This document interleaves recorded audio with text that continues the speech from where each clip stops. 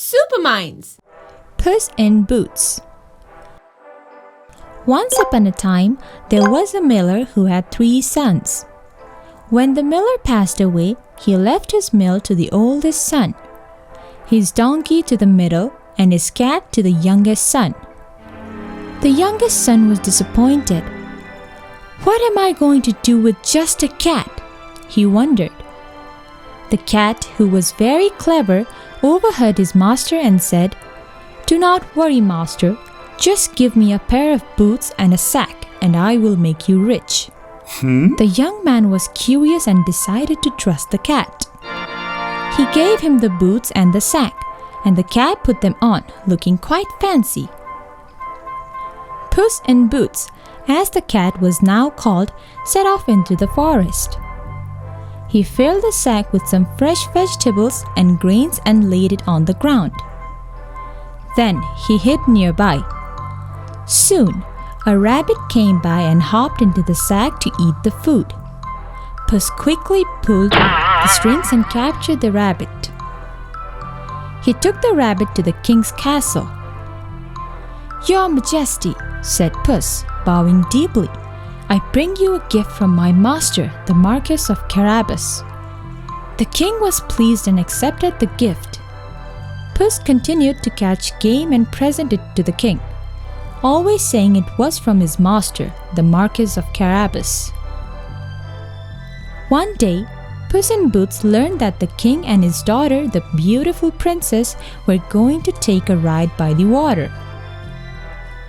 Puss hurried to his master and said, "Master, if you follow my advice, your fortune is made. Just go and bathe in the river at the place I will show you, and leave the rest to me." The young man did as Puss asked. While he was bathing, Puss hid his master's clothes under a rock. As the king's carriage approached, Puss ran up to it shouting, "Help! Help! My master, the Marquis of Carabas, is drowning!" The king, recognizing Puss, ordered his guards to rescue the young man. Puss explained that while his master was bathing, thieves had stolen his clothes. The king immediately ordered fine clothes to be brought for the Marquis of Carabas. When the young man was dressed in the splendid clothes, he looked so handsome that the princess fell in love with him at once. The king invited the young man to join them in the carriage. Puss ran ahead and saw some peasants working in a field. "If anyone asks you," he said, "tell them that this land belongs to the Marquis of Carabas, or you will be chopped into little pieces." The peasants were frightened and agreed. When the king passed by, he asked the peasants whose land it was, and they answered, "It belongs to the Marquis of Carabas." The king was very impressed at the vast lands of the Marquis of Carabas. Finally, Puss arrived at the grand castle owned by a wicked ogre who could transform himself into any creature he wished.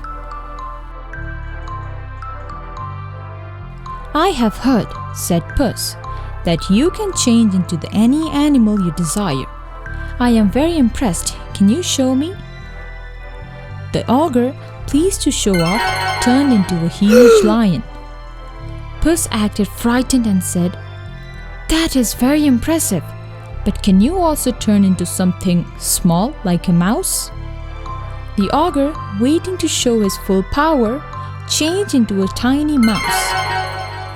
Quick as a flash, Puss pounced on the mouse and ate him up. With the ogre gone, Puss claimed the castle for his master. When the king arrived at the castle, he was amazed by its grandeur.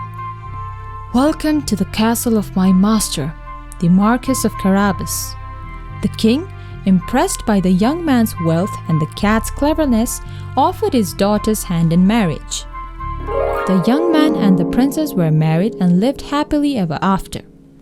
And that's the story of Puss in Boots.